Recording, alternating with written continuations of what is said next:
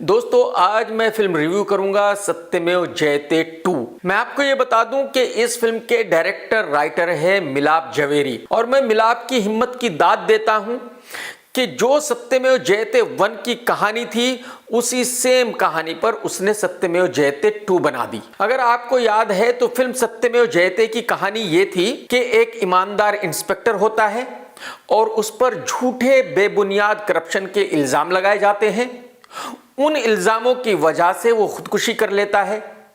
उसके 2 बेटे होते हैं और ये 2 रोल प्ले किए थे जॉन अब्राहम और मनोज बाजपेयी ने।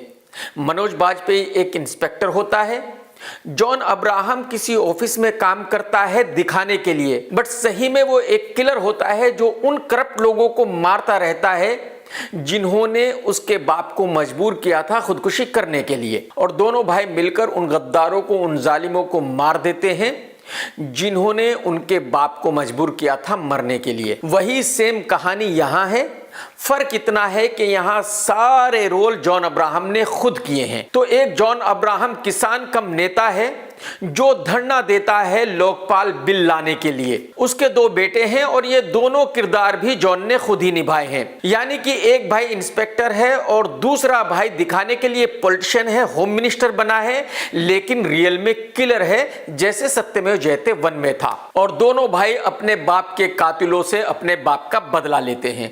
यानी कहानी वही है जो सत्यमेव जयते 1 की थी। अच्छा, कमाल यह है कि सत्यमेव जयते 1 के काफी सारे सीन सत्यमेव जयते 2 में भी है। इससे आप अंदाजा लगा सकते हैं कि फिल्में बनाने वाले जब फिल्म बनाते हैं तो कितने सीरियस होते हैं, कितने मन से ये फिल्म बनाते हैं।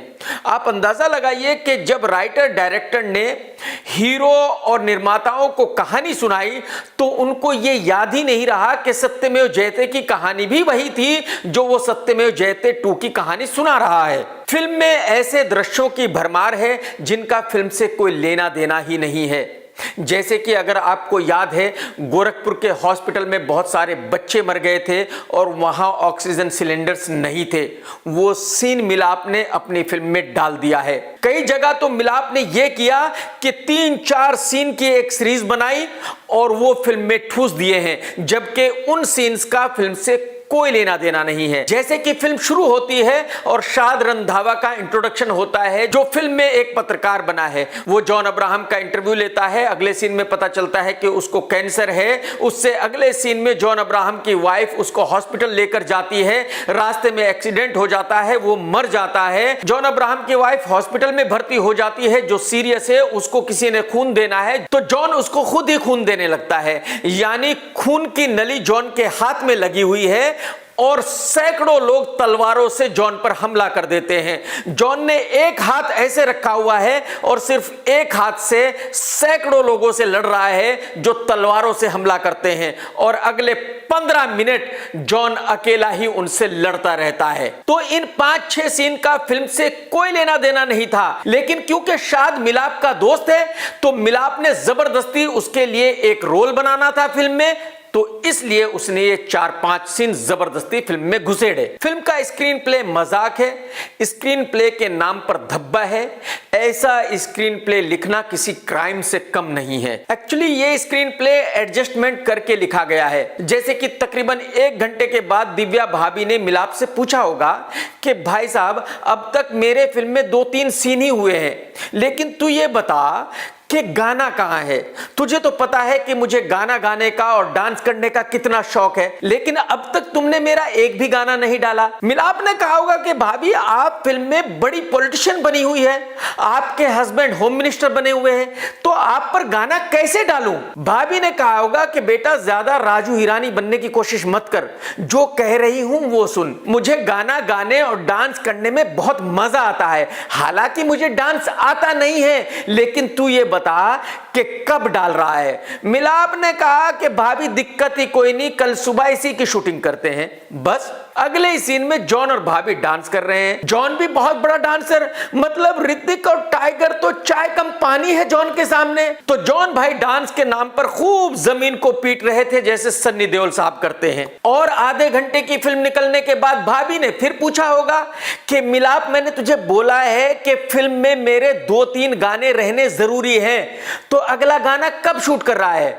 मिलाप ने कहा होगा कि भाभी मैं भूल गया था, दिक्कत ही कोई नहीं, कल शूट करते हैं। अगले सीन में फिर भाभी और जॉन धरती पीट रहे हैं, जबरदस्त डांस करने पे लगे हुए हैं। अब आता है सेकंड हाफ। फिर भाभी ने मिलाप से कहा होगा कि भाई साहब अब तक मेरे सिर्फ 4-5 सीन हुए हैं और 2 गाने हुए हैं, तो क्या इसी की वजह से मैंने इस फिल्म को प्रोड्यूस किया है? सिर्फ इतने से रोल के लिए मैंने इस फिल्म पे 60-70 करोड़ रुपए खर्च किए हैं। मिलाप बेटा तू एक बात बता कि ये फिल्म मैं अपने लिए बना रही हूं या जॉन के लिए? अगर पूरी फिल्म में जॉन ने ही रहना है तो मैं इस फिल्म में क्या कर रही हूं और तुझे इसके आगे फिल्म नहीं बनानी क्या? मिलाप ने कहा होगा कि भाभी आप नाराज क्यों हो रही हो, आगे की पूरी फिल्म आपके ही ऊपर है। अब आप खड़ी हो जाओ और भाषण देना शुरू कर दो। पूछो कि भाई लड़की सिर्फ मां, बहन और बीवी ही क्यों होती है, लड़की सीएम और पीएम क्यों नहीं होती? भले ही इसका फिल्म से कोई लेना देना ना हो, लेकिन आप फुल भाषणबाजी करो। बस फिर क्या था, भाभी खड़ी होकर भाषण देने लगती है जबरदस्ती के। अब क्लाइमैक्स आया होगा तो भाभी ने पूछा होगा मिलाप से कि भाई साहब जॉन 3-3 रोल कर रहा है फिल्म में, तो जाहिर सी बात है सारा क्लाइमैक्स तो उसके ऊपर है, मेरा क्लाइमैक्स में क्या है? मिलाप ने कहा होगा कि भाभी आप फिक्र मत करो, अब जो है अब मैं आपके ऊपर एक दुर्गा का गाना शूट करूंगा। अब आप दुर्गा माता बन चुकी हो और आप वो 1947 वाला फावड़ा हाथ में लेकर आ जाओ और एक गुंडे को चिल्लाकर मारवाओ। मतलब आधा क्लाइमैक्स आपके ऊपर हो गया। जब ये सीन आएगा तो पब्लिक थिएटर में खड़े होकर सीटियां बजाएगी, तालियां बजाएगी। मतलब इस फिल्म के रिलीज होने के बाद आप बहुत बड़ी हीरोइन बन चुकी होगी। आप यकीन करें इस फिल्म के डायलॉग्स भी बहुत बड़ा मजाक है। इसमें डायलॉग्स तो है ही नहीं, डायलॉग्स के नाम पर कविताएं पढ़ी गई हैं। हर एक्टर को एक कविता दी गई है कि जब तुम्हारा नंबर आए डायलॉग बोलने का तो तुमने ये कविता पढ़नी है। सामने वाला एक्टर भले ही ये पूछे कि भाई साहब ये कविता तो आपने पढ़ दी, इसका जवाब मुझे क्या देना है, तो उसका जवाब उसने यही देना है कि उसने भी एक कविता पढ़नी है। जैसे कि जॉन एक डायलॉग बोलता है कि फेसबुक पर यह आया था, इंस्टाग्राम पर यह कहा गया था, ट्विटर पर यह पढ़ा गया था, यूट्यूब पर यह कहा गया था, टिकटॉक पर यह कहा गया था और रियल में यह कहा गया था। मतलब ये डायलॉग सुनकर फिल्म देखने वाले कानों पर हाथ रख लेंगे और कहेंगे कि भाई साहब क्या कह रहे हो, कुछ समझ में नहीं आ रहा है, बस बेहतर यही होगा कि चुप हो जाओ, माफ कर दो यार। अगर एक्शन की बात करूं तो ये एक्शन नहीं कॉमेडी है। एक सीन तो एक्शन का मैं आपको बता ही चुका हूं, दूसरा सीन भी बताता हूं। जॉन खड़ा हुआ है और जॉन के सामने तकरीबन 200 गुंडे खड़े हुए हैं। जॉन चिल्लाता है आ, और उसके मुंह से जो आवाज निकलती है उससे धरती थर्राने लगती है। गुंडे जो है थर्राकर गिरने लगते हैं, गुंडे डर के भाग जाते हैं। मतलब ऐसे लगता है जैसे कि पूरी जमीन कांप उठी हो। तो गुंडे अपनी जान बचाकर भागना ही मुनासिब समझते हैं। एक और सीन है, जॉन भाई गुस्से में टेबल पर हाथ मारते हैं और वो पूरी राउंड टेबल आहिस्ता आहिस्ता टूटनी शुरू होती है और टुकड़े टुकड़े होकर टूटती है। मतलब ये एक्शन देखने के बाद आपके मुंह से सिर्फ इतना ही निकलेगा कि भाई ऐसा भी होता है क्या। मिलाप जवेरी के डायरेक्शन की तो क्या ही बात करूं। उस बेचारे को ना तो कहानी लिखनी आती, ना ही डायलॉग्स लिखने आते और डायरेक्शन से तो उसका दूर दूर का कोई वास्ता मतलब है ही नहीं। मतलब इतना घटिया डायरेक्शन भोजपुरी फिल्मों में भी नहीं होता। आप यकीन करें भोजपुरी फिल्मों की क्वालिटी भी इस फिल्म से ज्यादा अच्छी होती है।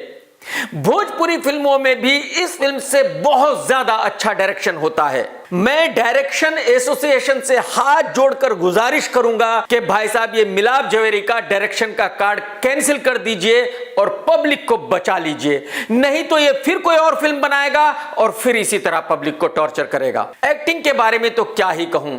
जॉन ने 3 रोल प्ले किए हैं इस फिल्म में, तीनों ने एक जैसी एक्टिंग की है, तीनों का एक जैसा गेटअप है मतलब जॉन ने कसम खा ली थी कि मुझे बिल्कुल भी कतई भी कोई भी मेहनत इस फिल्म के लिए नहीं करनी है। और शायद मिलाप ने जॉन से कह दिया था कि भाई साहब इस फिल्म में आपने सब कुछ वही करना है जो 15-20 साल पहले सन्नी देओल अपनी फिल्मों में करता था। बस पूरी फिल्म में आपको चिल्लाना है और धरती पीटनी है। और जॉन अब्राहम ने यह काम बखूबी किया है। और भाभी दिव्या की एक्टिंग तो बस माशाल्लाह सुभान अल्लाह।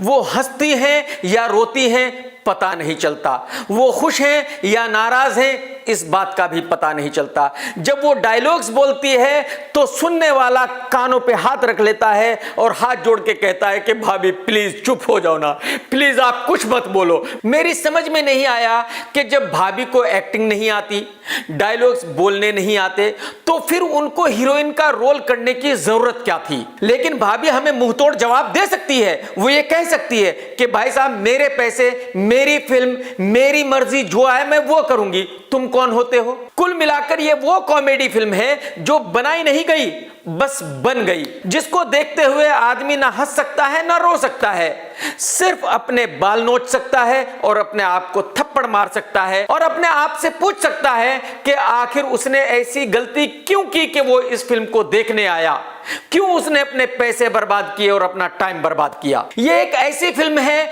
जो पागल खानों के बहुत काम आ सकती है। अगर ये फिल्म 2-3 बार पागलों को भी दिखा दी जाए तो वो भी चिल्ला कर कहेंगे कि सर हम बिल्कुल ठीक हो गए हैं। तो मैं इस फिल्म को देता हूं 0 स्टार, और वो इसलिए कि 60-70 करोड़ रुपए खर्च करके ऐसी घटिया फिल्म बनाना किसी क्राइम से कम नहीं है। टेक केयर दोस्तों, सत्यमेव जयते। दोस्तों अगर आपको मेरा ये वीडियो पसंद आया है तो लाइक ज़रूर करो और शेयर ज़रूर करो और कमेंट तो आप ज़रूर करो, क्योंकि मैं सारे कमेंट्स पढ़ता हूँ। और अगर आपने अभी तक चैनल सब्सक्राइब नहीं किया तो फ़ौरन ही कर लो और वो घंटी है उसको दबा दो, क्योंकि अगर आप घंटी नहीं दबाएंगे तो आपको नोटिफिकेशन नहीं मिलेगा। और अगर आप घंटी दबा दोगे तो जब मैं नया वीडियो डालूंगा आपको फ़ौरन ही नोटिफिकेशन मिलेगा, आप फ़ौरन ही वीडियो देख सकते हैं।